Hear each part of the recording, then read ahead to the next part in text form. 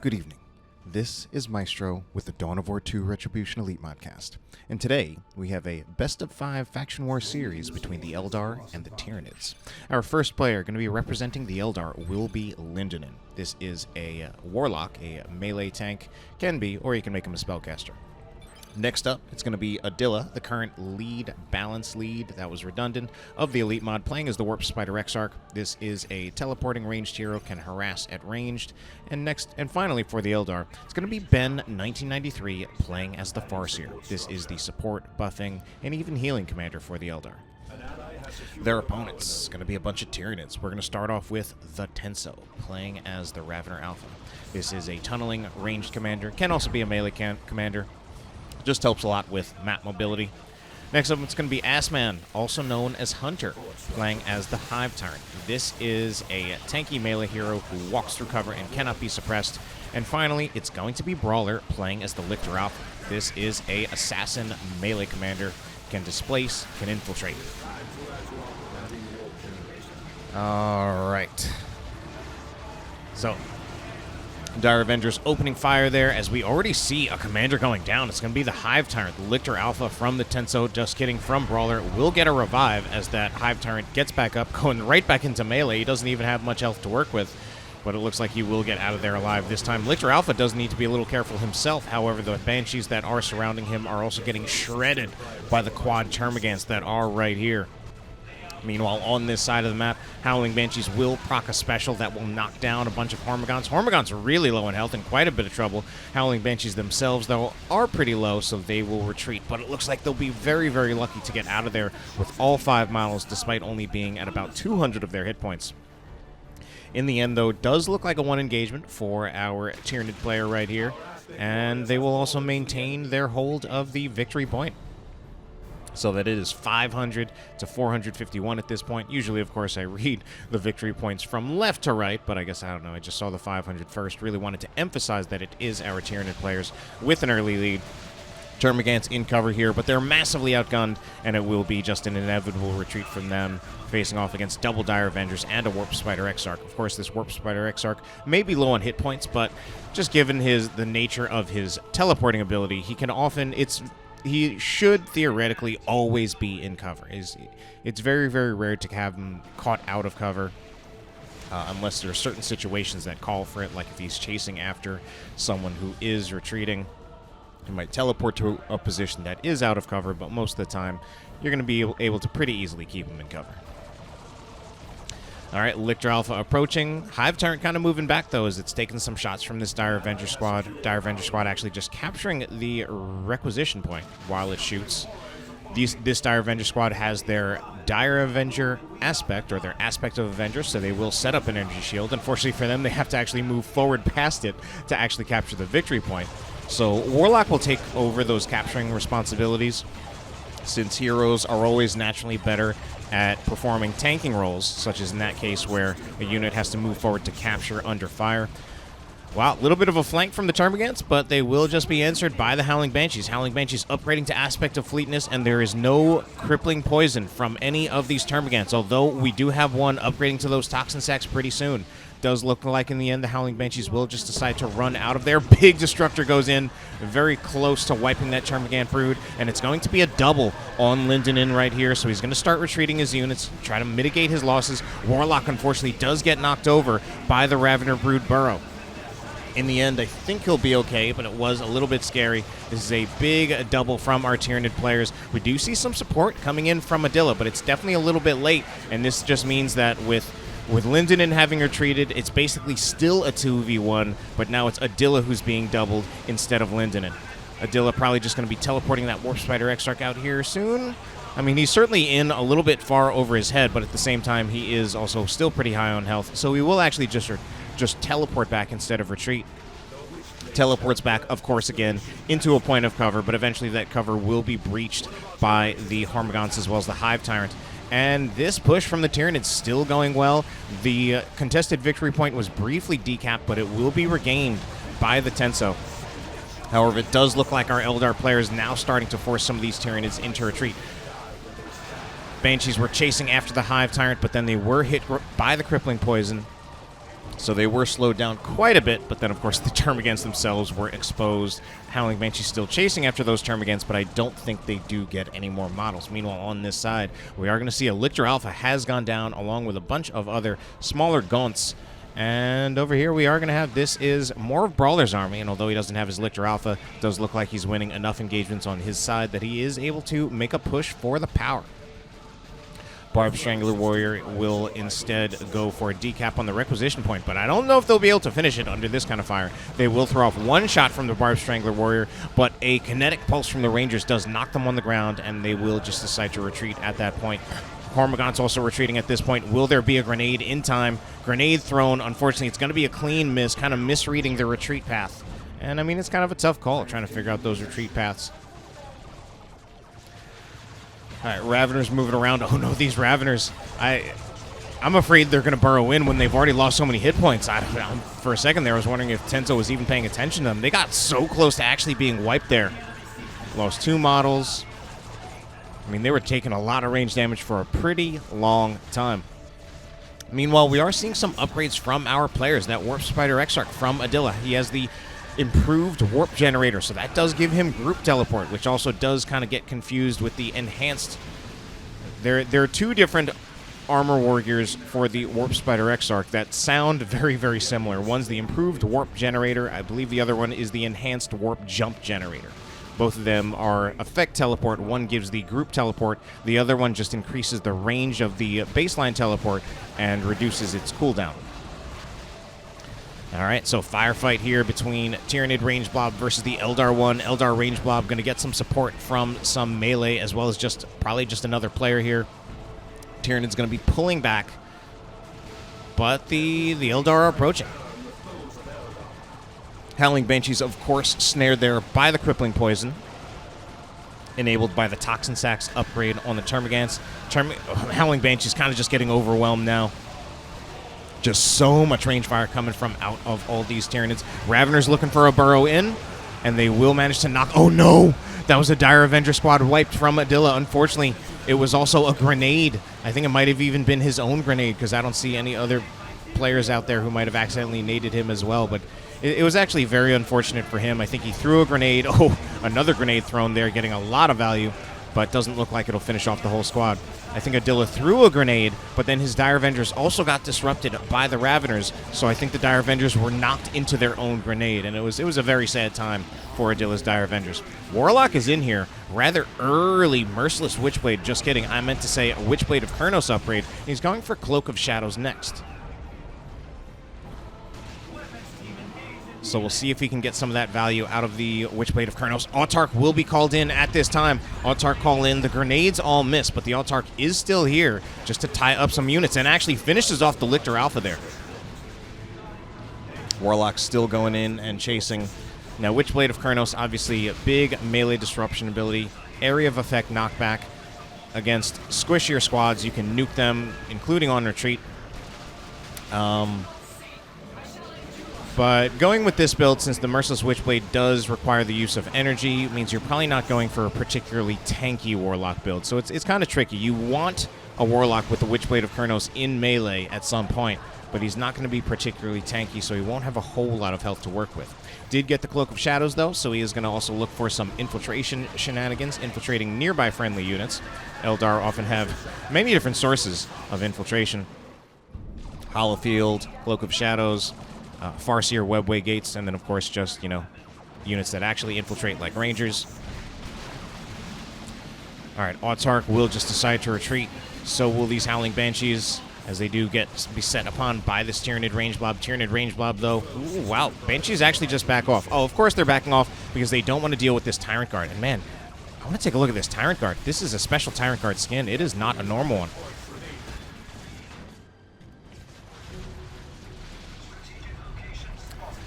We want to take a quick look at the Hive Tyrant. He looks pretty normal. All right, let's go back to the fight.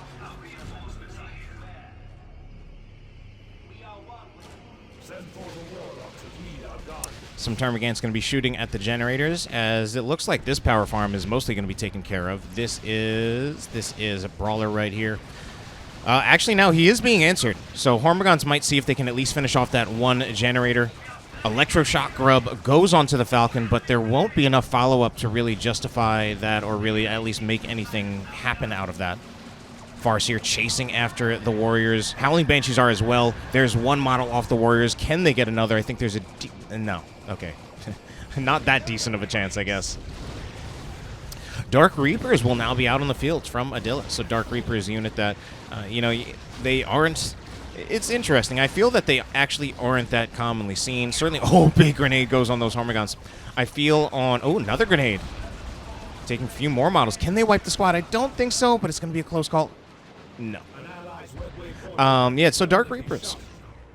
Not actually super common from my experience, both watching and playing. Of course, there are some things about them that are very, very strong.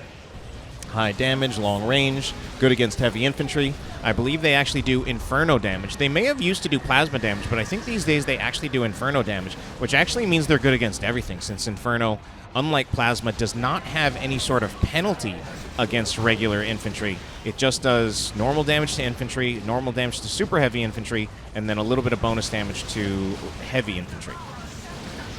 So yeah, it's an interesting question of like, why are Dark Reapers not super common? And I do think there's a reason why. I think they are somewhat similar in their purpose to Warp Spiders. Clearly, there are different strengths and weaknesses where the Dark Reapers are far better against heavy infantry than the Warp Spiders. But I think the Warp Spiders generally are a more well-rounded squad, given that they can teleport and also given that they serve an anti-vehicle purpose. But, of course, definitely Dark Reapers can get a lot of value, and they certainly do a ton of damage. And especially when you're playing against Tyranids, I think a big part of the reason for Dark Reapers is not so much just for the damage, but also because you're going to be specifically targeting the Venom Brood and the Warriors with the intention of getting Synapse backlashes. Oh man, Guardian Weapon Team in this garrison has no chance, realizes it has no chance, and doesn't even bother getting out. Just an overwhelming amount of firepower being shot into it by this Tyranid range blob out of the Tenso. Double Termagants as well as double Raveners, and of course, the Venom Brood with that range Synapse improving their range damage by 35%. Even increases as the Venom Brood increases in level. So when you go, and I mean the range spam build from Tyranids, it's honestly actually as old as time. So it's not even that surprising to see it. All right, wow, quite a moment of quiet at this time, almost unexpected. Tyranids going to be moving in though, looking to end that moment of quiet, put some damage on the Dire Avengers. Of course, Dire Avengers right here, they do have their Exarch, so they're not quite as vulnerable to that range fire as they would be without him. However, it's certainly a lot of damage, and they do have to respect it, and they can't stay in there too long. They're still not super tanky, just not as squishy as they are in Tier 1 without any upgrades. Ooh, we got the Gene Stealers, the Denim Thieves out on the field, but that will be, oh no, that hurts so much. That will just be a flesh hook right into the melee blob. The Autarch might be gone as well. All right, I think she's going to get out of there just fine. He's maybe targeting the Falcon instead. Oh, we're going to see a Venom Cannon Hive Tyrant. Venom Cannon Hive Tyrant targeting. There's not much actual AV damage going on to the Falcon right here, but the Venom Cannon Hive Tyrant, oh, he does get tied up in melee by the Howling Banshee, so he's not able to finish it off. Repairs come in for the Falcon, so it will be able to do just fine. Again, all of these, the Raveners and the Termagants are just do piercing damage. So, and piercing damage is almost negligible to any kind of vehicle armor. It's like literally, it's very, very close to zero damage, to the point where even a vehicle that is seemingly on the verge of destruction can usually tank out several volleys, not even several, like a ton of volleys of piercing ranged fire, since piercing really just does almost no damage to vehicle armor. All right, and with keeping that Falcon alive, he's going to take advantage of that time to do a generator bash. So obviously, we're definitely seeing some of the strength of the Lictor Alpha. The Lictor Alpha, I think, is that's the Scything Talons, I believe. Scything Talons granting that scythe ability. Now the Falcon's in a whole lot of trouble. That Lictor Alpha still getting a huge amount of value. Can we get something in to slow down this approach here and save that Falcon? It has to turn around. It's taking rear armor hits, and I think the Falcon is gone. Indeed it is this time. Grenade will go in, does catch one of the Venom Brood models, knocks it over. Things are just happening all over the place. Dark Reapers in retreat as the Warp Spider Exarch gets flesh hooked in. I think he has a chance to survive out of that because, of course, he can just teleport out. But otherwise, Flesh Hook, such a powerful ability as we are seeing. Generally, I think the Lictor Alpha is considered a significantly stronger commander in 1v1 than he is in team games. But the Flesh Hook it's honestly, in my opinion, just one of the most powerful baseline abilities in the entire game. You know, I might even need to remove baseline. It's probably just one of the most powerful commander abilities in the entire game. And in that case, honestly, I might even just remove commander and say again, it's one of the most powerful abilities in the game.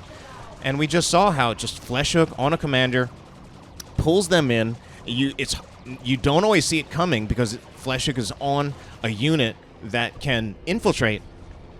And then if there's just follow-up with a whole bunch of melee, it can just be like an instant wipe on a lot of commander units. And it doesn't even just have to be reserved for commander units. You can use it on a high-value model, like say like a tactical marine model, and just snipe that tactical marine model. But it definitely gets its best use on commanders with the attempted one-shots that you can sometimes pull off with it. Ethereal Slash going to go out. That's going to be a wipe on the Hormigons, I think. Yes, indeed, it will. One Hormigont model was trying to get out of there alive. Man. Those Howling Banshees in a huge amount of trouble right there. And I was for a second there, I was unsure of what that was. It was the Burrow Trap from the Ravener Alpha. Basically a mine. The Ravener Alpha actually does have a mine. Oh no, another squad of Tyranids going to go down. I think Termagant's not going to make it out of there alive. No, they won't. So yeah, Burrow Trap. It's a mine ability from the Ravener Alpha. I actually think this is a very, very underrated ability. I feel like you don't see it that often, but it stuns, does knockback, deals 150 explosive damage. I mean, we saw it actually nearly resulted in the wipe on that Howling Banshee squad. And I feel like you don't see it that often, but that probably just has to do with the other war gears that this competes with, which, off the top of my head, it's hard to remember exactly. One of them, I'm pretty sure, is the Strengthened Sinew, which gives the Ravener Alpha a speed boost, and I think when you give him a speed boost, his speed is actually, like, ridiculous. Because I think the Ravener already has better than average speed. I think his speed is 6. Standard speed for most infantry units is 5. Most Eldar units have 5.5. I believe the Ravener has 6. Then I think the speed increase from the Strength and Sinew puts him up to 7.5. So he gets really, really fast. So that's one of the war gears that Burrow Trap competes with. The other one might be some kind of Synapse. I don't remember off the top of my head, and I'll probably try to check after this game. But for now, let's take a look at this fight right here. Some Denim Thieves in melee with some Howling Banshees. Howling Banshees nearly dead as the special attacks get procced and knock them down. But that is, I believe, a time field from the Farseer coming from that Armor of the Assyrian, one of the few Tier 3 war gears in the game. And when you have a Tier 3 war gear, usually that means whatever ability they provide is going to be very, very powerful. And Time Field is, in my opinion, a very, very powerful ability. Creates a big area where units inside are slowed and unable to attack or use abilities. Can be very, very scary. Can use it to set up things or just force retreats when you try to set up things. All right. So Tyrant Guard is here. It is in Shield Wall. Carnifex is here as well. Carnifex does have a Barb Strangler. Grenades being thrown in. But this Tyrant Guard does have vehicle armor when it is in Shield Wall. So those grenades not actually going to be super effective. But what is going to be effective is this Bright Lance. And eventually I think the Tyrant Guard will go down. But the Bright Lance seemed to stop shooting. I guess it lost sight. What's going on here? Why is it moving? I guess it also wants to target the Carnifex, but that is going to be a Tyranid formation trying to threaten that Guardian. I think this Guardian Weapon team is gone. Another Capillary Tower should come up. Oh my God. I think it just got so lucky that the later Capillary Towers that come up do less damage than the earlier ones, because the first one really nuked the health on that Guardian Weapon team. And also it was lucky that there was not really any follow-up from the actual Tyranid units. So Tyranid formation does go down. I have in the past talked about my opinion of the nukes of this game, kind of the tier list of the nukes, and I think at this point, I kind of personally believe that the Tyranid formation is the worst of the nukes in the game. I'm sure there are some people who disagree with me for such and such reason, But in my opinion, it is the worst in the game. I think at this point, I personally look at top tier as being the Rocks and the Eldritch. Mid tier, I would say next best, probably the Rocket Run. And then, not sure between the Orbital and the... I guess a tier together would be like Orbital and Imperial Abyss. And then finally, Tyranniformation by itself as bottom tier. And you know what? If you disagree with me, make your own tier list. Show me in the comments. Make your own tier list of the nukes in this game. That's my personal Dawn of War 2 nuke tier list. You can share your own. All right, then. Carnifex going to be moving back. We do have some Seer Council out on the field from Lindonin. These Seer Council, obviously quite a scary squad, but also here taking a lot of damage. Taking a lot of damage from those spore mines, but I think they're also leveling from those spore mines. I mean, these Seer Council now at tier 2. I believe they got another kill on one of the models on that Ravner Brood. Seer Council also, it's actually great for them that they level up. Certainly, Seer Council, a very powerful squad, but kind of in keeping with the theme of Eldar, they are a bit squishier than many of their counterparts from other races. They only start with 2,500 hit points baseline. However, they can level up, unlike certain other late game infantry squads. So you can level them up. They can get a little bit more tanky. They, of course, also Seer Council also just do a lot of damage. I believe it is 40 DPS power melee per model. So I think that would be 200 as a squad. Maybe I'll have to double check that one too just to make sure, but I'm at least pretty sure about that one. All right, then, Carnifex here. Barb Strangler Warrior does get suppression on the Seer Council as well as the Farseer right here.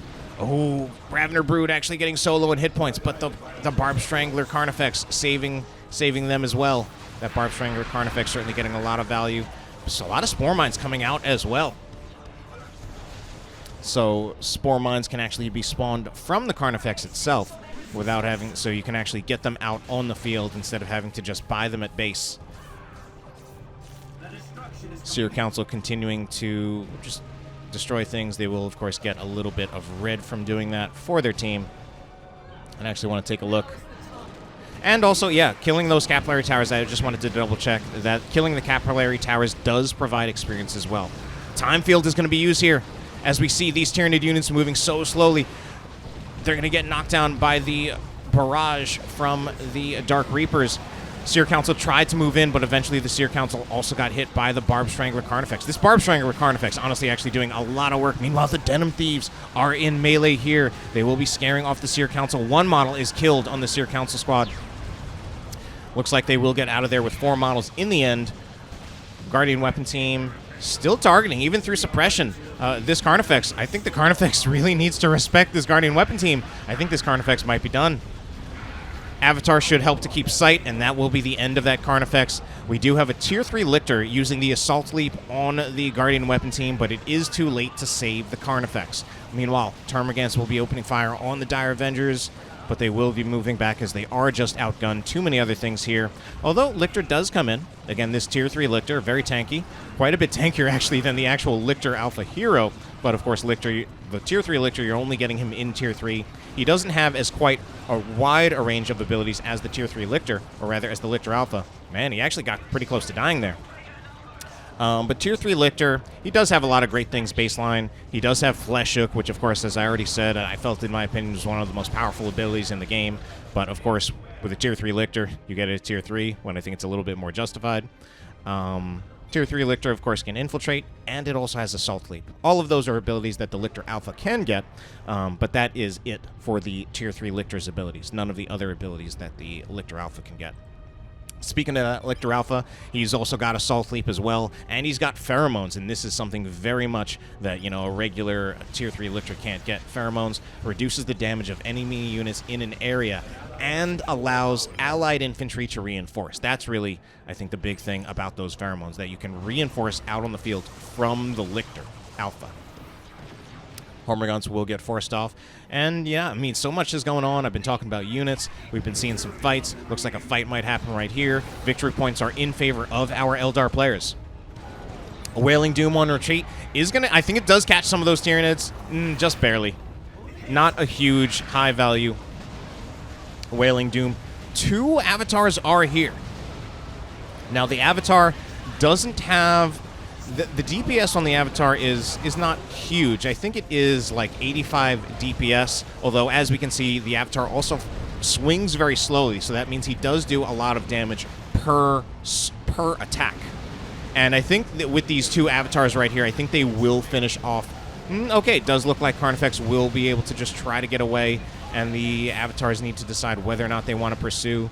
But of course, one could use Wailing Doom. Ooh, this is... Oh man, I was going to say, we do have different war gear for Adila. He's going for an Eldritch. He's going for an Eldritch with that phase shift. He loses his Warp Spider Exarch in the process. One of the Carnifexes is killed, and I think he killed a few squads. Oh yeah, Tenso actually has nothing. Yeah, this is looking like it's probably going to be a 1 game. Game number 1 most likely going in favor of the Eldar. As we do see, Tenso has nothing, AssMan has close to nothing, whereas every single player on the side of the Eldar still has plenty of units. We're going to see a Carnifex go down probably. We might see an Avatar goes down as well, as it seems like the Avatar is kind of trapped here. But the Avatar, one of the nice things about the Avatar is that it actually does have better than average speed, and actually this Avatar is going to make it out of here. I think Carnifex trying to see if he can chase after it. Yeah, the Avatar gets out of there.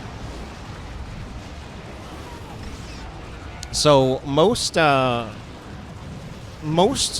Walker units have a speed of 4.5, which is slightly slower than the standard. Against the the standard for speed in this game for most units is 5 units.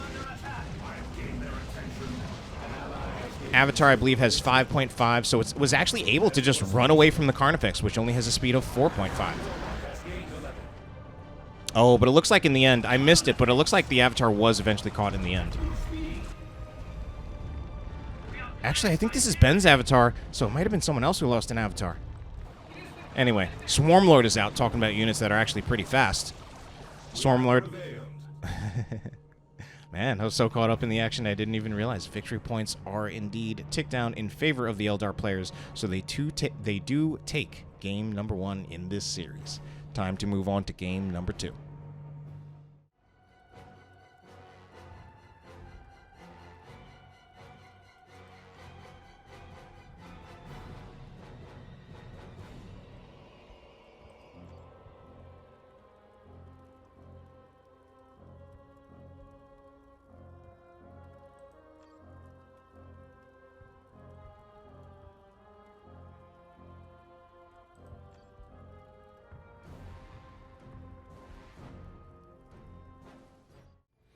Game number 2 in our best of 5 series between the Eldar and the Tyranids will take place on Argus Desert Gate. We are going to see some commander switches. Ben 1993 will be playing as the Warlock this time. Adila now on the Farseer, and it's going to be Lindonin playing as that teleporting Warp Spider Exarch. Their opponents. Oh, wow. We've got a full Lictor Alpha team. Going to be Brawler first on the first Lictor Alpha. What a color scheme as well. Tenso will be on the next one. And finally, it's looking familiar here, this is AssMan on yet another Lictor Alpha. So obviously, I guess that's maybe part of the adjustment that our Tyranid player is going to see what they can do to try to come back into this series. Try the triple Lictor. So again, the Lictor Alpha typically very oppressive in 1v1 games. Not quite as much as in team games, because he generally, I mean, I guess we just got to think about like what does he provide and what doesn't he provide. Oh wow, that was actually crazy. That was a crazy interaction. Fleshhook used on the Warp Spider Exarch, but he teleported at the same time, and that apparently made him immune to knockback. That was actually crazy. So Lictor Alpha definitely does not provide the tankiness or disruption that the Hive Tyrant can. Doesn't provide the mobility or the ranged firepower that the Ravener Alpha can. So those things sound a little bit more desirable in a team game than what the Lictor Alpha provides brings to the table. But at least for me, kind of given what I already talked about in the last game, the thing that I feel personally that the Lictor Alpha most brings to the table is that Fleshhook. And having potentially three of those is really, really scary to me. Because just at any time, like even here, like I feel like Flesh Hook from one of these Lictors on this Farseer, followed up by the Hormagaunts as well as the double Lictors. I feel like that could be a wipe on this Farseer. However, one of these Hormagaun squads is actually going to get wiped from the Howling Banshees, and indeed it'll happen. Howling Banshees themselves are in a huge amount of trouble, though, and losing Howling Banshees is a bigger loss than losing a squad of Hormagaunts. That is rough. Oh, no. The Farseer's going to go down as well. No, she's not, actually. Flesh Hook does make it happen. Flesh Hook yet again. So there, the Flesh Hook doesn't even displace. But the value of Flesh Hook there is just the single target damage yet again. So even in situations where you can't get the knockback, you can just, oh, there, Flesh Hook. Okay, that one doesn't kill the model. No follow-up on it, just a Flesh Hook by itself. But still, the Flesh Hook itself does enough single target damage that, you know, Farseer with only 40 hit points left, she just got sniped on retreat. Lictor Alpha here, playing a little bit of a dangerous game, but here's the support from the Hormagaunts. Now it's really the Howling Banshees who are in trouble. Can there be another snipe or another model kill? Hormagaunts not actually targeting the Howling Banshees. Does look like a grenade went in there from somewhere. We're going to see AssMan approach with his double Termagants as well as his Hormagaunts here, looking to put some pressure on that power, which only has a node at the moment. Unfortunately, with only Termagants shooting, the damage is going to be pretty low, especially given that these Termagants don't have their Toxin Sacks just yet. One of them is upgrading. But we see actually just how slowly they are bashing this one node. So I don't think there's going to be a huge amount of value out of this. I mean, if anything, if you wanted to really prioritize the bashing, then you would probably want the Hormagaunts to focus on the bashing instead, since they do way more damage than the Termagants. Of course, getting those Toxin Sacks does change things a little bit, as the Termagants do a bit more damage, and by a bit, I mean 30% more damage, once they do have their Toxin Sacks. So their starting DPS is pretty low. Once they have Toxin Sacks, I believe their DPS is a little bit more in line with many other Tier 1 units like Dire Avengers, Chaos Space Marines, Tactical Marines, and such.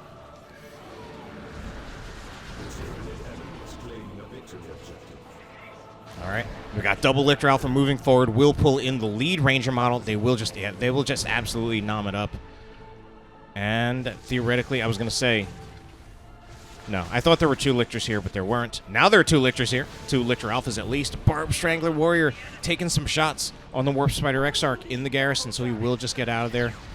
And so much more is going on. Dire Avengers coming out of the webway and then going back in, even though we've got the visual bug where it still shows them there, but we know that they're not there anymore because we don't see the health bars for them. Meanwhile, on this side, ooh, this is just more of a push on this generator farm by, this is AssMan, I believe. Yes, it is. And he's really pushing Ben 1993 out of here. Ben 1993 can't seem to establish a foothold on his own generator farm, and he's about to lose this generator farm for his team. We might be seeing some assistance. No, this is just more of Ben's units, but they're going to look for the Lictor Alpha from AssMan. I don't think it's going to be the kill. Toxin Miasma for that Lictor Alpha, not to be confused with the Toxic Miasma from the Ravener Alpha. Toxin Miasma does reduce the speed and damage of units that the Lictor Alpha attacks in melee, also does damage over time. And it's just about the full generator bash, I think. Yes, just a few more volleys from those Termagants. They do eventually retreat. Might see a few models killed on these squads as they retreat, but it's definitely a pretty big win for AssMan. Didn't even lose the Lictor Alpha, which seemed to be moved just a little bit too far forward. And, you know, I mean, crazy as it sounds, as much as I said, the Lictor Alpha might not be as good in team games. I mean, right now it does feel like it's working a bit better for them. Of course, it's still early yet, and of course, when I talked about how good the Lictor Alpha is in team games, I was still thinking more about like mixed race games, and not talking about anything political here. Just games where there are multiple races. Of course, here where we have all Tyranids, we actually have the option of running triple Lictor Alpha. And of course, what triple Lictor can provide is quite a bit more than just what a single Lictor can provide in a mixed race team composition. Hormagaunts approaching in melee. This is not looking like a good fight for our Tyranids here. Things might be looking better for them overall, but this fight isn't one of them. Only the Lictor Alpha from the Tenso is still here. Tries to get that Guardian Weapon team, but it does just go into the garrison. This is a dead Lictor Alpha 100%. Unless he's just not focused on. My God, the Lictor Alpha is going to make it out there alive. No, he won't. Okay, it was the Guardian weapon team inside the garrison that did eventually finish him off. Grenades going in. That was very nice play by Adila, trying to bait those Hormigons into the suppression from the Guardian weapon team and then go for the combo with those grenades. Of course, they didn't connect, but it was just a retreat forced from the Tenso. Down in this bottom lane. Ooh, no, we're going to see a dead Warlock from Ben 1993. And I think it's also one important consideration of this triple Lictor Alpha commander choice is that they're playing against Eldar. And usually one of the best ways to deal with a Lictor Alpha is to play a commander who is immune to weapon knockback.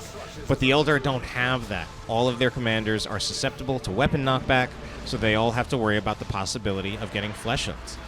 There it is. There's another flesh hook. This is the Warp Spider Exarch. He doesn't have... I guess he decided that he didn't have teleport. Otherwise, teleporting out of there would have been his best chance. Maybe used teleport fairly recently. That's another dead commander for our Eldar players. Does look like Ben 1993 did buy back his Warlock. Yeah, I mean, our Eldar players just need to be very, very careful about how they use their commanders. The Warlock currently has no upgrades. Certainly, this is definitely something where I personally would entertain the idea of one or two of the war gears that are going to make the Warlock tanky. Just to make it a little bit more forgiving that if he gets pulled in, he has a chance of surviving and getting out. Or, possibly even better, seeing if he can turn the fight by staying in and fighting. So obviously, one of the options that he does have is to go for the Champion's Robe. If he's going for Champion's Robe, that usually means you want Merciless Witchblade as your weapon. Or, if he waits on until Tier 3, could go for Witchblade of Kurnos and Providence, which a little bit more high risk, high reward, as you have the potential ability to nuke the Tyranids once you've been pulled into them. But Providence, the way, well, maybe not that risky as Providence. You can just, once you activate Providence, you will be invulnerable, and that should give also the Warlock time to get out if he just wants to get out as well. Okay, another approach by AssMan here with this Lictor Alpha. Still has that Toxin Miasma. And it is definitely going to be a retreat, in part because here is a flank from the Tenso. And at this point, it's mostly just a question of, can Ben 1993 get out of here with all of his squads alive? The Dire Avengers in a huge amount of trouble. They will not make it out alive. Just a huge flank coming in from the Tenso, and especially Tenso. I was about to say he had the triple harm guns, but one of them actually got wiped right at that time. I think they were this squad right here. And that will be the end of one of his Hormigons, but still. Meanwhile, up here, we are going to see Dire Avengers taking some damage from the Raveners as well as some Termagants.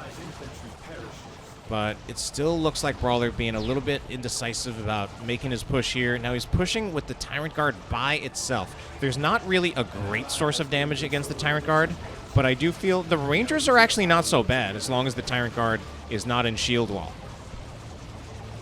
Rangers, not high DPS, but they do their burst damage. I'm pretty sure it does full damage to the super heavy infantry armor. Or even if it's not full damage, it's not a huge penalty. Raveners, the Raveners get finished off. Oh no, Brawler's not really having an easy time of it in this top lane at the moment. And victory points are actually really even at this time. Some Tyranids still here, as are some Dire Avengers. Dire Avengers take the garrison. Meanwhile, Lictor Alpha does get into the back line, targeting this Guardian weapon team. I don't think it'll wipe the Guardian weapon team, which is something you do have to worry about if Lictor Alpha does get into a setup team. Ooh, but now this is a definitely very good source of damage against the Tyrant Guard.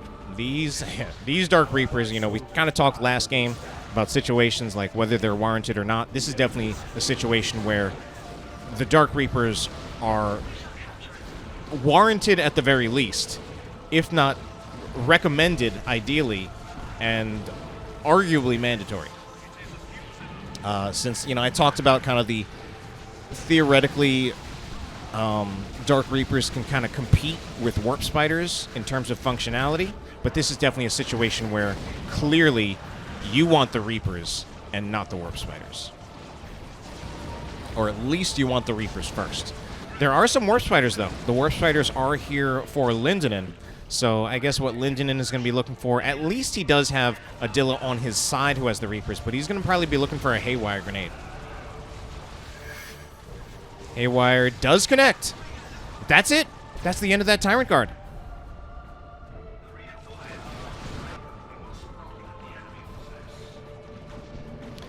So, man, there's no shortage of Tyrant Guards, though. Another one for Brawler, one from the Tenso. Actually, I don't remember who that other one that just died belonged to. And AssMan's, there's no doubt about who this Tyrant Guard belongs to. All right, Falcon out on the field. Oh, Falcon, I feel like, could actually just drive. Oh, what is the Termagant doing? I was going to say it could drive through the wall and finish off the Termagant, but wasn't necessary. There were plenty of Dire Avengers to finish the job as well.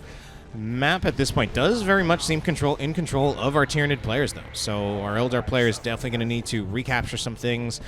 Ben splitting up a lot of his units for that purpose. But there is a fight happening right here. Howling Banshees, though, going to get into melee with the Venom Brood, and that will definitely be something where they will just rip the Venom Brood apart slowly but surely. Venom Brood, of course, do have heavy infantry armor, so they will get... Banshees do great in terms of damage against it, but... I did feel like it wasn't happening that quickly. I think just because of the overall health pool of the Venom Brood being decent.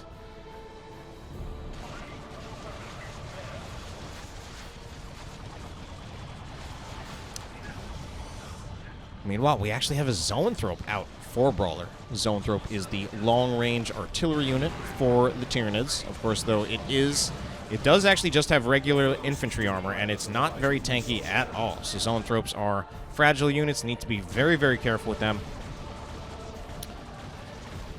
Not even immune to knockback. And here is another Tyrant Guard in shield wall, but with the Bright Lance targeting it, it's going to go down eventually. Yeah, eventually does. Unfortunately, it does seem like I missed something cool happening over here. Another grenade going in. Does catch 3 models on retreat. All right, so our Eldar players will manage to take back the field. They've got a double cap, but the victory point's currently behind for them, 330 to 368, as they will start to get a generator bash over here. Haywire goes in on the Tyrant Guard. Haywire, obviously just for slowing it down, trying to secure that kill. But most of the damage going to be coming from the Reapers. Man, this Farseer in a little over her head. If she gets flesh hooked here, she could be dead. I did not even intend for that to rhyme.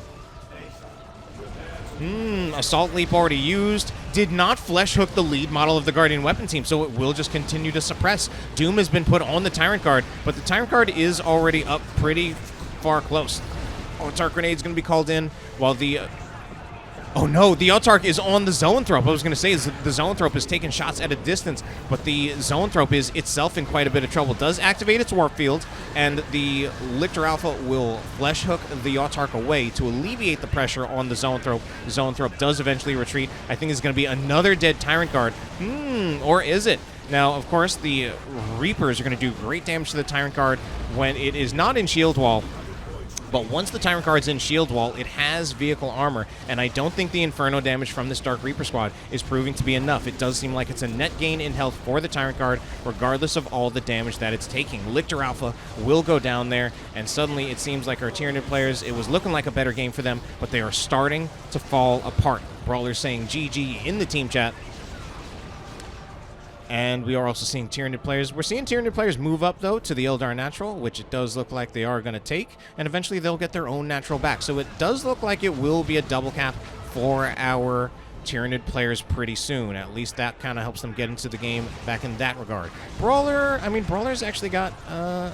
he's got a decent amount of resources, but he's actually just going to go straight to Tier 3. Probably just looking to put out some Carnifexes on the field. And yeah, I do think that makes sense. He does have such a small army, but I think particularly for Tyranids, I think you can kind of just afford to go straight to Tier 3 and then look for those Tier 3 units, more so than other races probably. Barb Strangler Shot goes in from a Carnifex out of the Tenso. Meanwhile, man, this Tyrant Guard just tanking forever, because again, no significant source of damage against it as long as it's in shield wall. Of course, that does mean it needs to pretty much stay here permanently until support can come to alleviate it. And I think at this point, the Tyrant Guard actually can Well, it's not going to get out of shield wall because it still wants to regenerate all that health. Oh, and the Bright Lance is setting up, and that is something that will threaten the Tyrant Guard. Over here, meanwhile, Dire Avengers looking to get back their natural victory point. They throw a grenade, but the grenade is thrown short. However, both teams are backing up from that natural victory point of the Eldar, so it will remain uncaptured. Tyrant Guard does finally go down from the Bright Lance. Barb Strangler Warrior not able to put enough pressure to save it. Falcon will now move out to put some light pressure on the Carnifex, but the Falcon probably going to have to move back as these Gene Stealers, these dirty Denim Thieves approach. Don't think these Gene Stealers have their heavy melee weapons yet, but I think they still, I would still actually put enough respect on them that I feel like a Falcon should move back. Another Tyrant Guard stuck in shield wall in a kind of a bad position, abandoned by its friendly Tyranids. All right, does look like Tyranids will move back out. They've got a little bit of a numerical advantage. Victory points. We've got 1-0.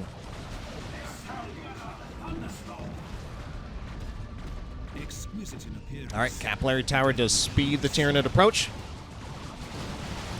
But the Howling Banshees are able to get into the back.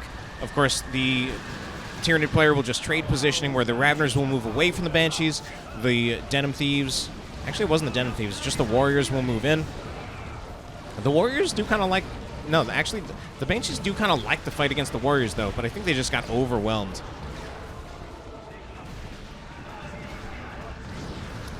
It's now a 1-0 cap, or sorry, 1-1 cap, although Tyranid players getting back their natural at this time. Despite Brawler's calls of GG before, it does look like the Tyranid players are actually stabilizing at this time. I mean, they've actually taken the contested victory point. They're pushing forward. They do, their armies aren't that much smaller than the Eldar armies. One of the things I do want to see, though, is I do want to just see one player from either Tenso or AssMan to just revive Brawler's Lictor. I think that would go a long way, and it's not in a particularly hard position to get a revive, especially as long as they are pushed this far forward. I mean, we've got the Lictor Alpha right here from the Tenso.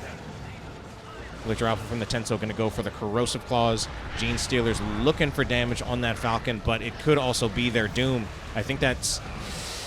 Okay, they will get out of there alive.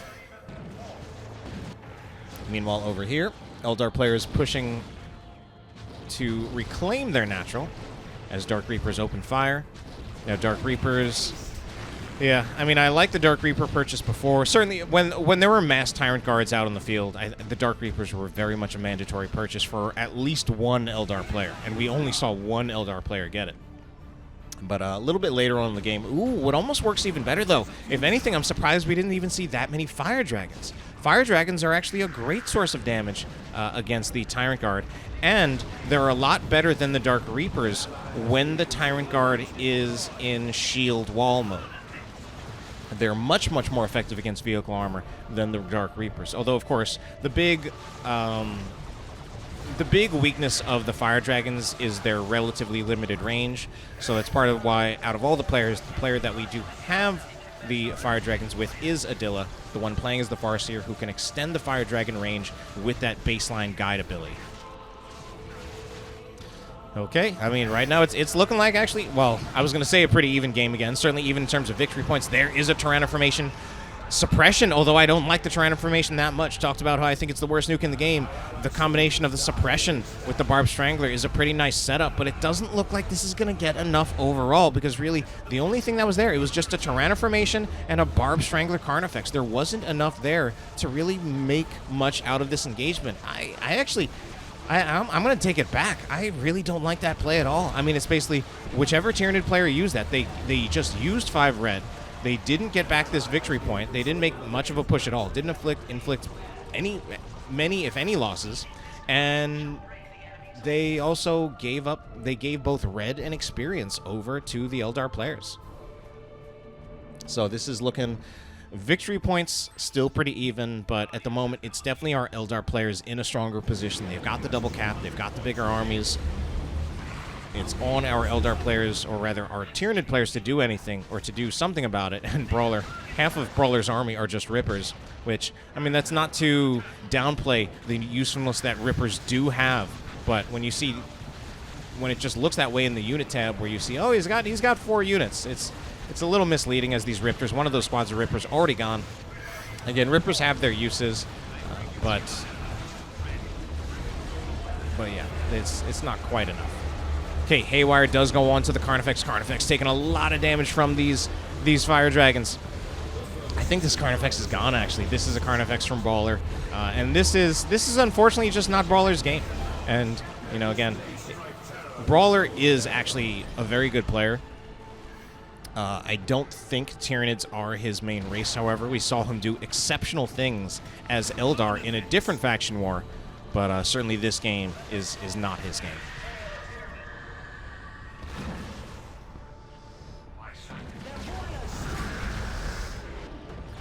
Without Number, used by AssMan, bringing out a squad of Hormigons as well as Termagants out onto the field. And they even come equipped with Adrenal Glands and Toxin Sacs already upgraded. Unfortunately, it does, well, still hearing or seeing Brawler saying that he is looking to concede. I mean, at this point, it's a triple cap for our Eldar players. And there is the concede, so the game will, in the end, go in favor of our Eldar players, leading 2-0 in this series. They only need one more to finish it off.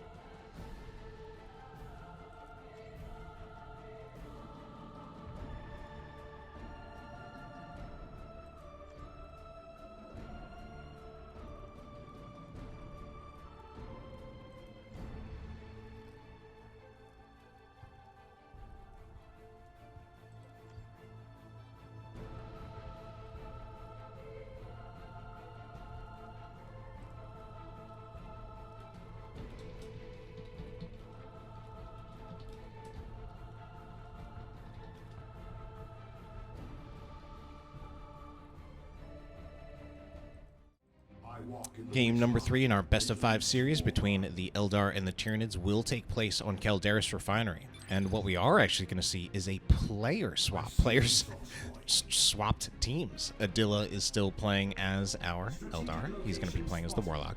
Lindonin going to be playing as the Farseer. And Brawler, on the other side, will be playing as the Warp Spider Exarch. So he, and I generally think of him as more of an Eldar player, so this might be a little bit more of a strong suit. We'll see if it ends up working out for them.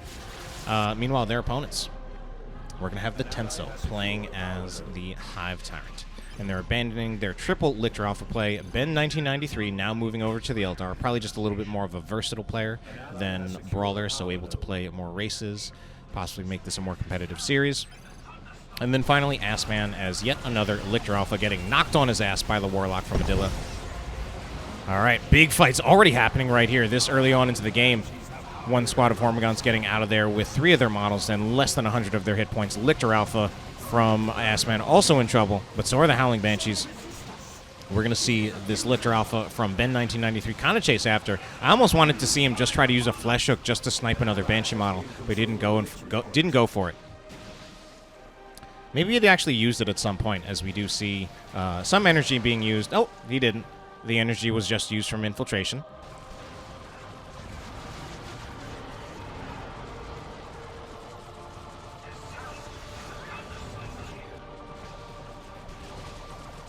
Howling Banshee's looking to get into melee. No Toxin Sacs on the Termagants, so they can't stick around in that fight, and it will just have to be a retreat called for them.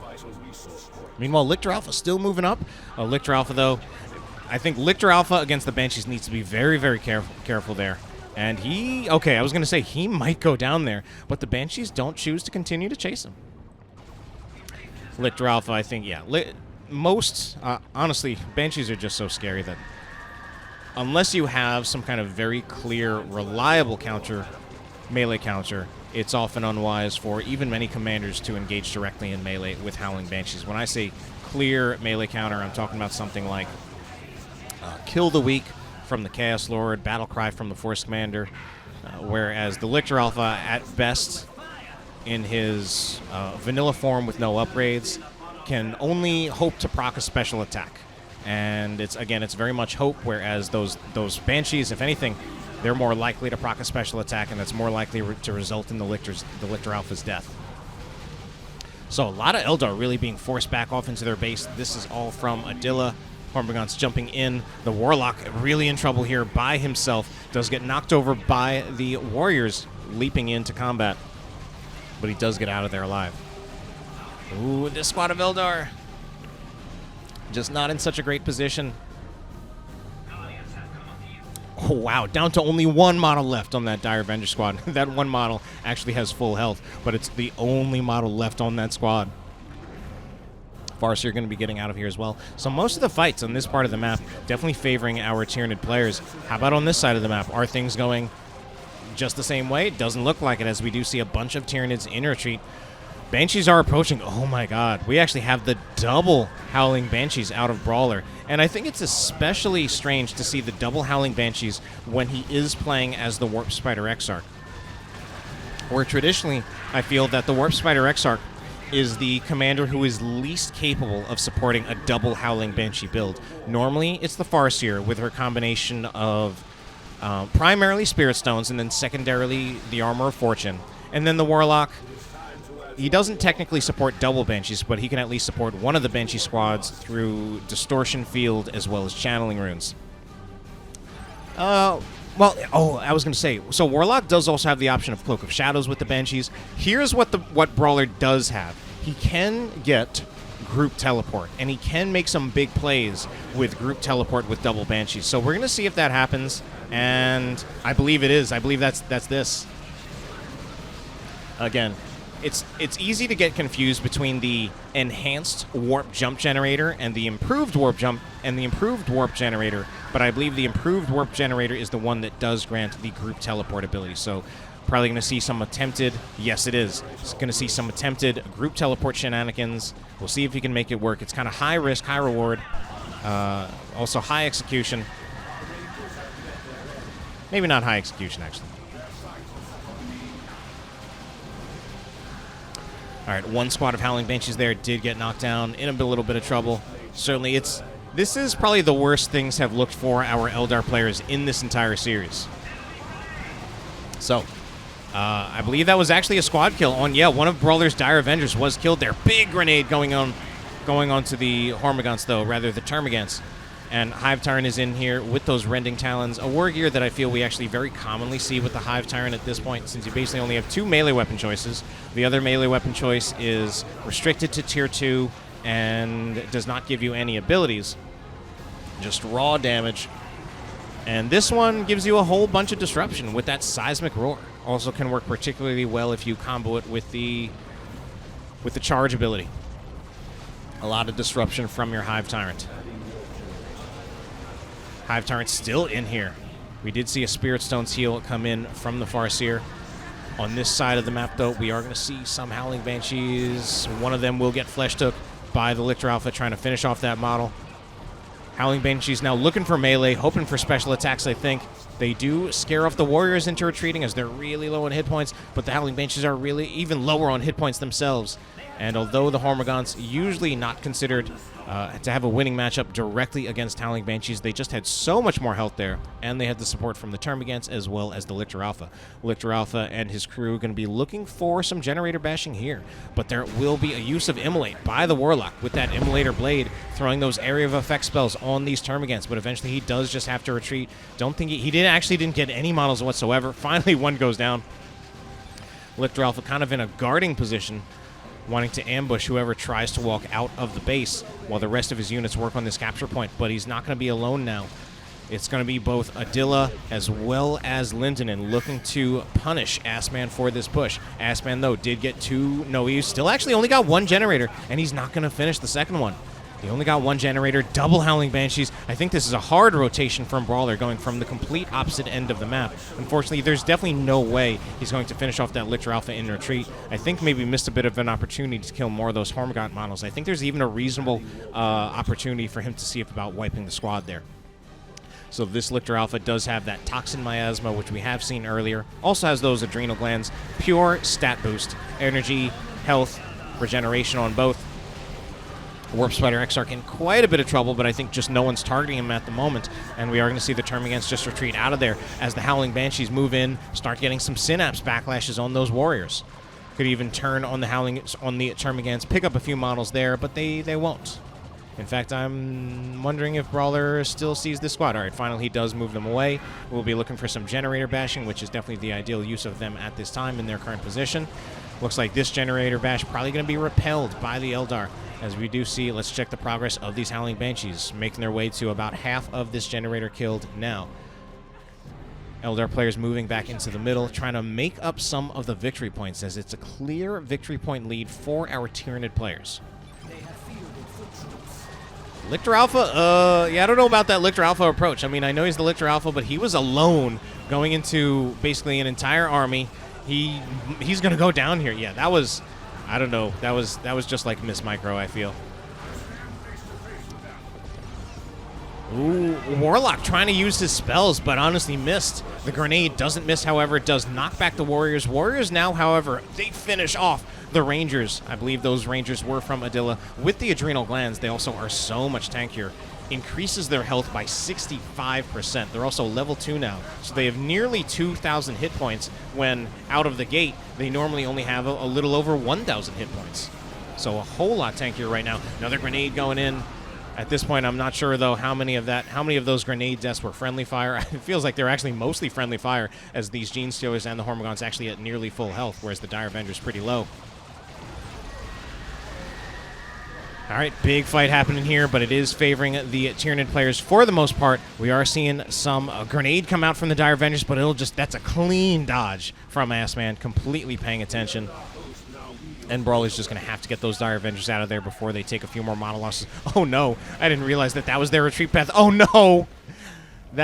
Oh, no. That was such a rough retreat path. I mean, that's unfortunately part of the problem of trying to make such a hard lane switch where Brawler's base is over here. So it wasn't just, it was an incredibly bad retreat path for him. Grenade over here. Grenade goes in.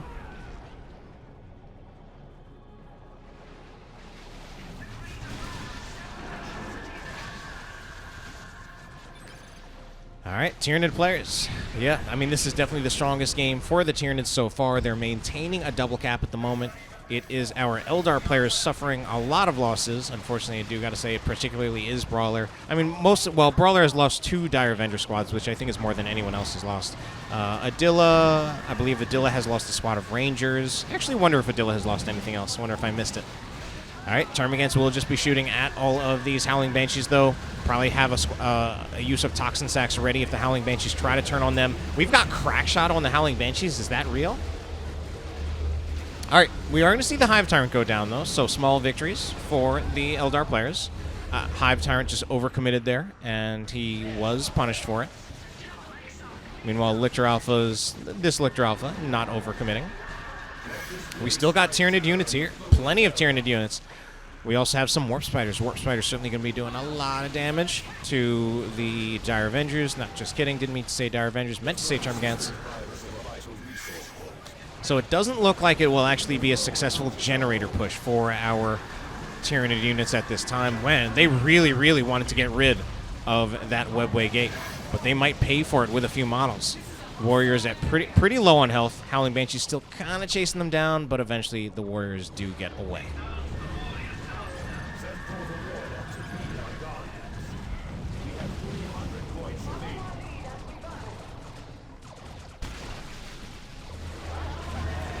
Ooh, big suppression from the War Shout on that Tyranid blob, but there is a Brood Nest here. The Brood Nest needs to be taken care of, otherwise those Tyranids will just continue to reinforce off it.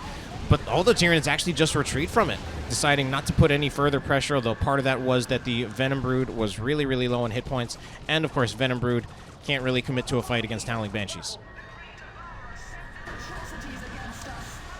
Oh, a Warlock leaping in. He should be looking for Ethereal Slash soon. There it is. That's going to be a pretty big Ethereal Slash. Certainly does do a lot of damage to the Termagants. Warriors, especially with Adrenal Glands, are able to kind of withstand that storm a little bit better.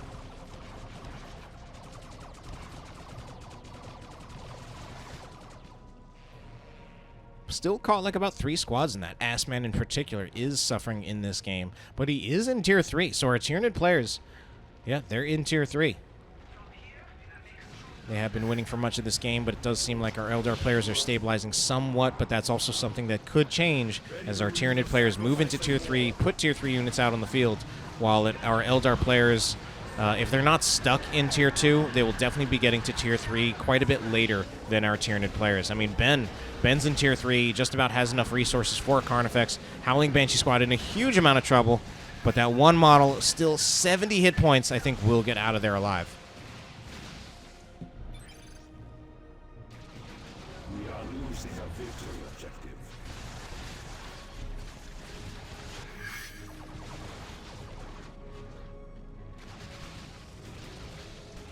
All right, Tyranid players looking for a little bit of generator bashing going.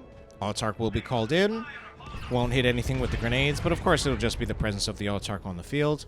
Meanwhile, on this side, another Witchblade, another Ethereal Slash used. Technically, the ability is Ethereal Slash. Also has the Heart of Darkness. Heart of Darkness recharges energy over time. Another grenade goes in. Did that kill an Eldar squad? I'm not sure what else is going on here. We are going to see the Carnifex coming out. Does have the Barb Strangler being upgraded at this time. 150 requisition and 40 power for that upgrade. Our allies have lost a structure. Ooh, some sneaky Denim Thieves right here. Of course, they can just passively infiltrate just by standing still.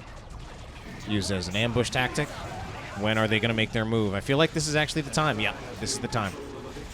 Where are they going, though? I thought they would actually be going to help out with this fight. Doesn't look like they are. I guess not. Okay, never mind. Oh, they want to go for the Guardian Weapon Team so that the Carnifex isn't under threat any longer. They're going for the Rangers instead. I don't agree with that. I mean, they might wipe the Rangers. Okay, fine. They wipe the Rangers. But if the Carnifex goes down in response, I think that was a misplay. Yeah. I think if they had targeted the Guardian Weapon Team, I honestly think the Carnifex would still be alive.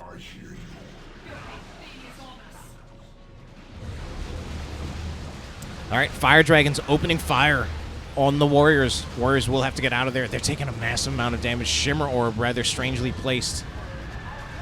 I guess maybe just try to use it to get the Tyranid range units to stop shooting, then force them into a different position. Oh, Howling Banshee Exarch is killed. I don't know if it was a whole squad killed. It might have been. Brawler no longer has 2 Howling Banshee squads.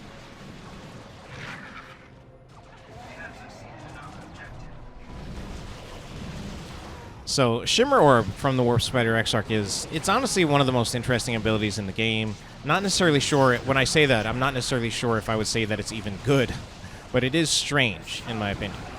Basically, it just creates an area that blocks all incoming and outgoing range damage, often just used as a late-game capping mechanic. I guess in that time we might have seen it used as trying to shut down range damage. Wraithlord will go down there. So that Wraithlord had a pretty short life, I think. Actually, I don't remember when it was purchased, but either way, it's gone. Victory points still in the lead for our Tyranid players, and they currently maintain the advantage.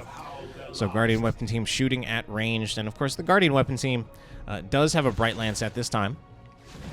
Bright Lance, almost strictly an anti-vehicle weapon. However, when you do have the Bright Lance upgraded, the Guardian Weapon Team also gets the Beam Scorch ability. Beam Scorch is accurate against infantry, but does very, very low damage. However, it increases the damage that the targeted unit will take from other sources.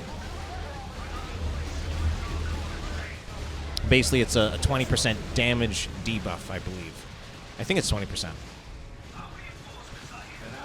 Gain control of a victory point. Damage taken debuff. Just to be extra clear. One of our structures is under attack. Alright, Autarch will jump out of there, jumping away from all these Tyranids. Tyranids should be in a position to reclaim the contested victory point.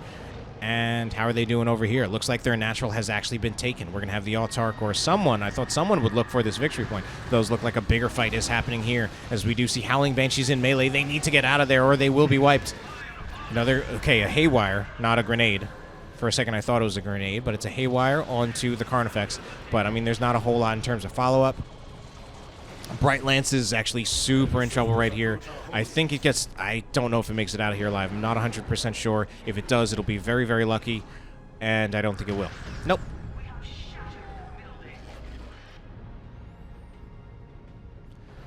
Okay, so what else do we got going on here? Fully upgraded Hive Tyrant from the Tenso at this time. Rending Talons, improved Synapse. Increasing the health of nearby squads. Also gets the Warp Field just to make him tankier. Although it is a little bit tricky when you have the Warp Field alongside the Rending Talons, as the energy used for Seismic Roar will compete with the energy that you would use for the Warp Field. Our Eldar players, Adila's Warlock is dead. Lindonin fully upgraded. Rune Armor. Granting the Psychic Storm, Spirit Stones, which we've seen, and the Gravity Blade, although I don't think I've seen any use of the Levitation Field just yet. Another Shimmer Orb use.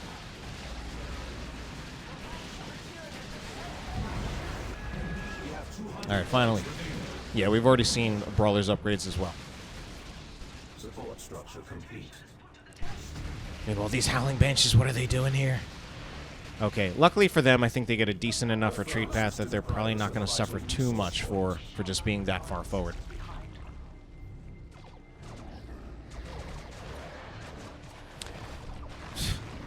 One Howling Banshee model will be pulled by the Flesh Hook. Although it was on the Exarch, there was no follow-up. The Exarch is a little bit tankier, and it's a level 2 squad, so that was not a particularly impactful use of Flesh Hook.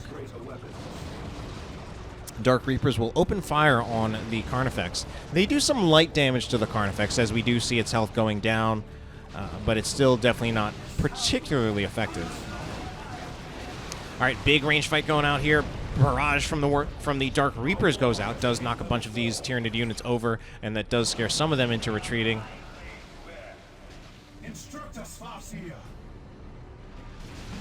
Oh man, just realizing, looking at our chat, our Eldar players really don't have much anymore. This is going to be hard. I mean, they've at least got some amount of time to rebuild, and some of them also have decent amount of resources. Adila might be able to put another unit out on the field pretty soon. Brawler should be able to get something pretty soon. With the kind of resources he's floating, that indicates that he's probably looking for an avatar. Oh no. Howling Banshees, no Flesh Hook to finish them off. That was rough. Okay, avatar indeed going to be building for Brawler. Even our observers kind of questioning it. Arguably risky, considering they already have such small armies. They also have to deal with how long it took to get Brawler to get the avatar, both to get the resources for an avatar and then to wait for it to build. And given how expensive an avatar is, you theoretically could have put 2 units out on the field for the price of this avatar. 2 other units, of course.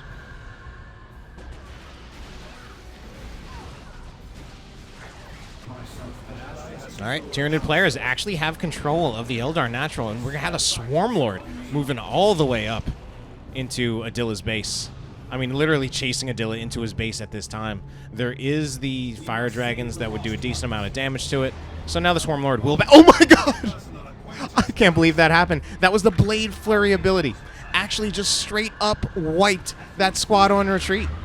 I mean, Blade Flurry does, I believe, about 200-ish, maybe 200, I think 200-ish melee damage.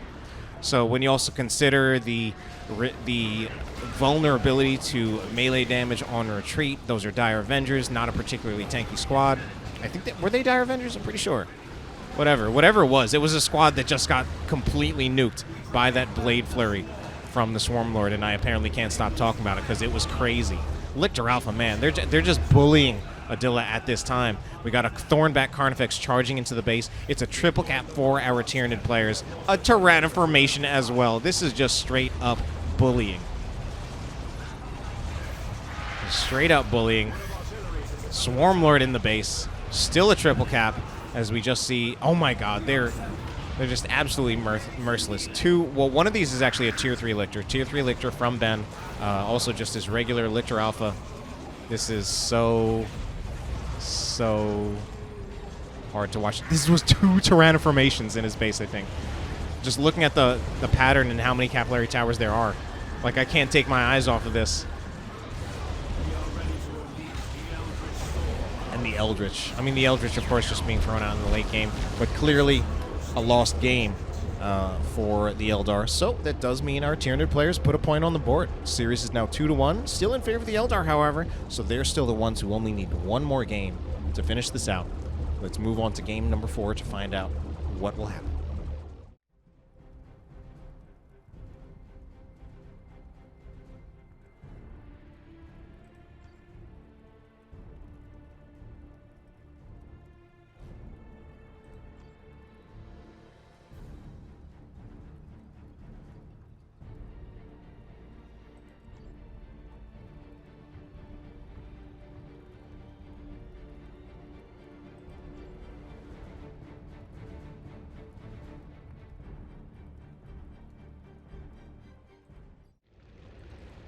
Game number 4 of our best of 5 series between the Tyranids and the Eldar will be taking place on Hades Waste. We're going to start off with Ben 1993 playing as the Ravner Alpha. AssMan will be on the Lictor Alpha. And finally, it's going to be the Tenso playing as the Hive Tyrant. Their opponents, the Eldar, leading 2-1 in this series. Going to be Brawler on the Warlock.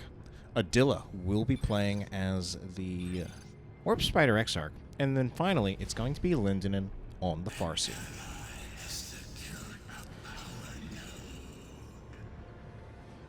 So let's take a look at what's happening. We are going to see this Lictor Alpha start to move in. I wonder if he's going to use a Flesh Hook on anyone. We'll Flesh Hook the Warp Spider Exarch. At this time, I don't actually feel that's a great use of Flesh Hook. There's not a lot of follow-up to really threaten a kill on the Warp Spider Exarch. He doesn't really have the chance of like getting a model kill from the Dire Avengers, so it might have been better to use the Flesh Hook on the Dire Avengers. But meanwhile over here, Hive Tyrant will be approaching from the Tenso. Termagant's behind him, peppering in a few shots on the Farseer. And Howling Banshees will be joining the fight as well. Howling Banshees getting focused down a little bit from these Termagants. Termagants often allowed to shoot at range. And a big fight. I mean, we've got fights all across the map as the Warlock will get into melee here with the Termagants. Of course, this early on in the game, no Toxin Sacks means no Crippling Poison. Does mean that it's not too hard for the Warlock or the Howling Banshees to get into melee with those Termagants. And then it's just a massively won engagement for them once that happens. Ravner Alpha trying to make the same thing happen by getting into melee with the Dire Avengers. Does take one Dire Avenger squad down to 2 models and 65 hit points, getting into melee with the second Dire Avenger squad. As we see the Ravner Alpha, although primarily thought of as a ranged commander, he does decent melee damage, and it's pretty ideal for him to tie up ranged squads when he can. And of course, the Ravner Alpha, with his weapon upgrades, you can decide whether or not you want to emphasize the melee, emphasize him as a melee unit or as a ranged unit. So, generator push coming from our Tyranid players, as it does seem to be happening rather slowly.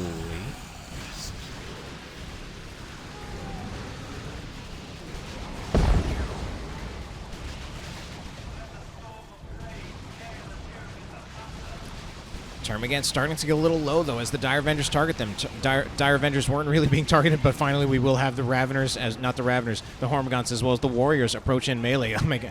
Yeah, we're seeing a lot of cases where, I mean, obviously it's just a normal way to play this game, where just a basic mechanic where if a unit, if you see a ranged unit, you want to tie it up in melee. And of course, it's even better when you can have a dedicated melee unit do that, because that'll often be a massively winning melee matchup in their favor. Lictor Alpha will actually go down from AssMan. Lictor Alpha really low on health for Ben 1993, but he does get out of there alive. Unfortunately for AssMan, this is an incredibly difficult position for a teammate to get a res at. So either he buys back or his team really needs to like push hard. I don't even think like just a hard rotation by itself. I think it needs to be a concerted push with multiple team members to take this position to possibly even get a revive on AssMan over there. Luckily for him, he's not doing too bad on resources, so buyback I don't think is going to hurt him too much. But of course, not ideal. So right now it's just the Tenso here. Right? Yeah, Tenso is our Hive Tyrant player. So it's just the Tenso here. He's actually not wanting to contend directly. Oh, we've got double Rangers. Double Rangers out of... That is Lindonin, and he's going for the triple. Oh, no. That's pretty scary. No, the Barb Strangler Warrior can do so well against the Dire Avengers. Oh, but that's what he was waiting for. He wanted to get the extended carapace so he can charge in. I think that was really what he needed to make that engagement go in his favor. Because although the Barb Strangler Warrior would do great against the Dire Avengers, I think what he was worried about was the Rangers popping some of the Warrior models and then unleashing the Synapse backlashes as a result. So that's why he wanted the Hive Tyrant to charge in with the extended carapace, because that's what created the space for him for the Tenso to push forward. He mostly won that engagement. Farseer is looking to change that, and we also have a rotation out of Adila looking to put some pressure on the Tenso as well. So eventually the Tenso is forced off after initially winning that engagement against, I think mostly, yeah, against Lindonin. So Lindonin with a huge army at this time, triple Rangers, and that on top of the single Ranger that Adila has. That's a lot of sniper fire. And the Rangers here, I think their high priority targets really going to be these Warriors. All of these Warriors pop those high value models, get the Synapse backlashes, secondarily against some of the Raveners, but primarily the Warriors. A lot of range damage coming in from this Tyranid approach, though so many Tyranid units overall as kind of spread across the team, as opposed to, you know, the red team, our Eldar players, where it's mostly Lindonin who has so many units. All right, but I think that's going to be a full generator bash by our Tyranid players. Ooh, Brawler's actually already in tier 2. So he's going to be getting a Falcon. I didn't realize that he was actually that's where he was in tech. Going to be a little bit rough for our Eldar players economically, though, as they did just suffer a generator bash. A lot of them are going into tier 2, but don't have a great amount of power income. Trying to find what's the thing worth finding. Yeah, Hormagaun's just going to have to retreat there. Dire Avengers putting in some range damage on them. They're just massively outnumbered, aside from the tactics being in favor of the Eldar there too as well. All right, here is that Eldar range blob out of Lindonin. Suppression does go in from the Barb Strangler Warrior, but again, we also see the sniper shots going in, blowing up those Warrior models. I mean, this can actually be a pretty oppressive build out of Lindonin. It does mean that he's certainly going to get to tier 2 a bit late, absolutely late compared to the rest of his teammates, and apparently compared to many of the Tyranids as well, or at least compared to the Tenso. Yeah, Brawler, and I see, as I'm seeing some in the chat, Brawler has literally no upgrades whatsoever. Where is his Warlock, though? Warlock is somewhere, probably inside of Falcon. Yeah, so that's why I can't target him. But the rest of his squads, I think, had no upgrades. I'm guessing the Warlock had no upgrades either, so that's why he was able to get to tier 2 so quickly and pull out a Falcon. And currently the Falcon is completely uncountered. It has no counters whatsoever, so it has free reign until we finally see something out of... Until we see either like adrenal glands upgrades, which is not great against the Falcon. More likely the Venom Brood. That's probably just the most realistic counter that we're going to see from our Tyranid players. Oh yeah, there's also the Electroshock Grub from the Warriors, but all these I believe are tier 2 upgrades, so we won't see them yet. Finally, Tenso is about to get into tier 2. Some Warp Spiders coming out from Adila. And part of the reason that Lindonin can get away with this is that, I mean, he's playing against Tyranids, so he doesn't have to worry too much about a vehicle, whereas if he was playing against, like, Space Marines or something, he would find himself having to contend with a Razorback, which would absolutely make his life pretty hard.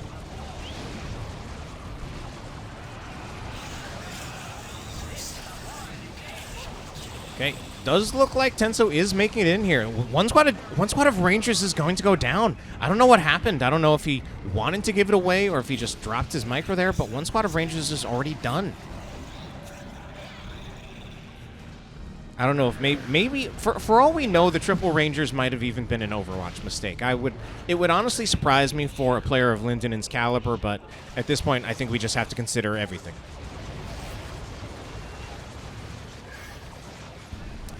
All right, in the end, I think this Guardian weapon team, yeah, it's going to have to retreat. Barb Strangler Warriors getting in, but the Rangers still being pretty effective. However, it is a double cap for our Eldar players. Just kidding. I meant our Tyranid players. Double cap for them. They don't have the lead in victory points, though. Rangers, this isn't the best firing angle for them, as it wouldn't be too hard for the Hormagaunts to get into melee. But there's definitely a lot of support. There's also an Autarch call-in. Just scares the Hormagaunts into retreating. The Hormagaunts even have to retreat through a lot, although there were no grenade attempts to kill the Hormagaunts on retreat. I don't know if maybe just kind of not noticing, because there was definitely opportunity and definitely some dire Avengers that had grenades ready. Ooh, Eldar players actually looking to threaten a triple cap possibly. They just pushed the Tyranid players out of their natural. They have a pretty big presence here. And of course, with all of these units here, they absolutely need to look into a generator bash. One generator should go down pretty quickly. Warp Spiders, you know, for all the talk I had about Warp Spiders in some of the previous maps, they are great against the Termagants. They will absolutely outtrade the Termagants. All right, here is the concerted approach from our Tyranid players. It's going to be both AssMan as well as the Tenso. Dire Avengers are stuck here, suppressed. Grenade will go in, but it won't be reacted to, so a few models will go down. Hive Tyrant is on the back line, charging in there, and this is definitely a messy engagement, kind of on both sides. A little bit more so, actually definitely on both sides. I was going to say more so for the Eldar, but once I saw those grenades going, I'm like, no, it's messy on both sides.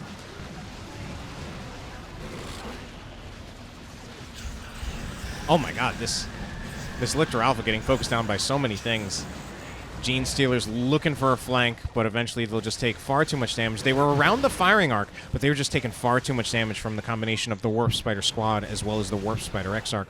On this side, oh man, so much was happening over here as well, but so much was happening over here. Couldn't catch it both. Does look like there were a lot of losses over here, and the commander has been killed for Brawler, but it's in a position that will be a pretty easy revive for one of his teammates. So, and that's kind of the weird duality of getting kills on commanders in team games, where reviving your hero, where reviving a commander is actually an option rather than having to buy it back. It's almost like killing a commander can be a double-edged sword. If you kill it in a position where it's an easy revive, the other team just revives, and then they get the experience from the revive. Howling Banshees trying to get they just barely... What a tease there. They just barely didn't get into melee with that Warrior Brood. Warp Spider Exarch on the Warp Spider squad does get pulled out. He is able to teleport out, though. But I think they're probably going to need to keep moving back, because teleport has already been used. Man, that teleport cooldown actually so short once you have the Exarch.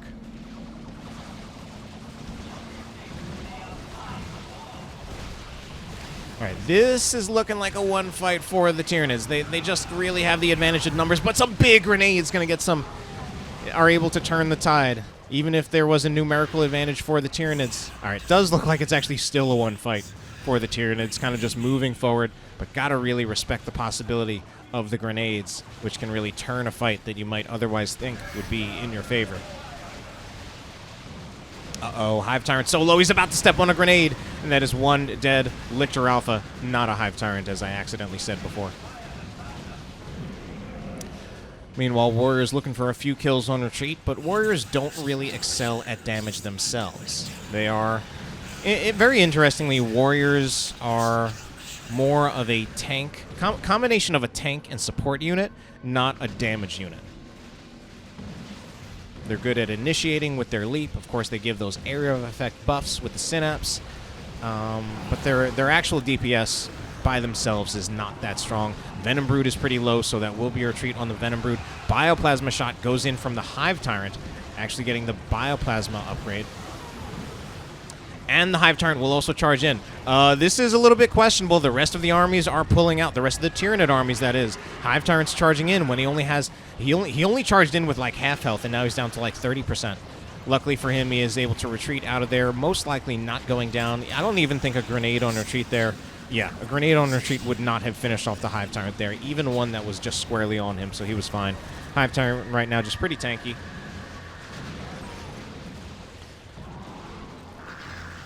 All right, it is our Eldar players, though, who still have the double cap, and the lead in victory points is actually quite big for our Eldar players. The engagements feel like they've been kind of back and forth. Army size is pretty equal for both teams, but it is very, very clearly the Eldar who have a massive victory point lead. Grenade goes in to kill a unit on retreat, does miss, but there was still a Ravener model that went down just from, I think, range fire. One Warp Spider squad will retreat. Meanwhile, another Warp Spider squad will have the Exarch model get flesh hooked, but eventually the Lictor Alpha just does have to retreat out of there. Where's that Lictor Alpha for Ben? It is right here. That's a Ravener Alpha, not a Lictor Alpha. All right, it's just one range blob against the other, but we are going to see some Hormagaunts approaching. Will be there a grenade to stuff out their approach? There will be, but it also hits the Warp Spiders. And the Warp Spiders are just retreating, not even attempting to teleport out. They will get out of there, but that was a little bit unfortunate. Again, a little bit messy. So upgrades on our commanders. We do have full upgrades on this Warp Spider Exarch from Adila. He's got the enhanced warp jump generator. That one not providing the group teleport, instead just increasing his range while also decreasing the cooldown of the teleport. Other statistical bonuses, then Entangling Web, as well as improved targeters, just for that heavy focus on the range damage. Entangling Web, that's also something that would be very, very effective against Gene Stealers or Hormagaunts. Warp Throw pulls in a bunch of models. We're going to see the attempt to combo that with a Autarch. The grenades, if anything, felt a little late for me, but there also wasn't much movement from the Tyranids, so some of the grenades ended up hitting anyway. And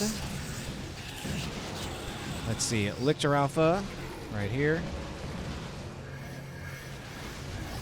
Oh my god, Warp Spiders. That's so much range damage. Double Warp Spiders is a massive amount of range damage. I mean, double Warp Spiders, the two of those combined do about 200 DPS per second.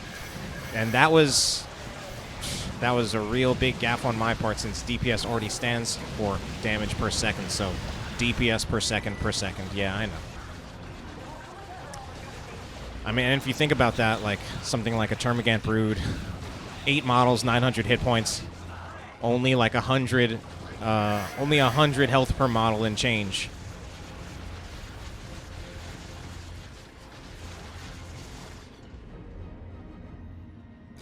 So, ooh, this is actually looking close to the end in favor of our Eldar players. I mean, they just won that fight. They're about to get a triple cap. The time is ticking for our Tyranid players. They've got units. They've got plenty of units, but they need to win enough fights to take 2 victory points before this game ends.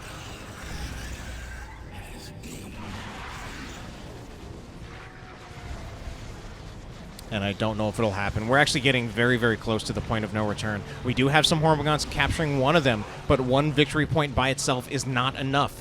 Big time field from our Farseer player. It is Lindonin. Lindonin moving in with that Farseer, Singing Spear, and now I'm pretty sure we're seeing capturing attempts. This is so close. Grenade is thrown. Does not knock the Termagants off of the cap.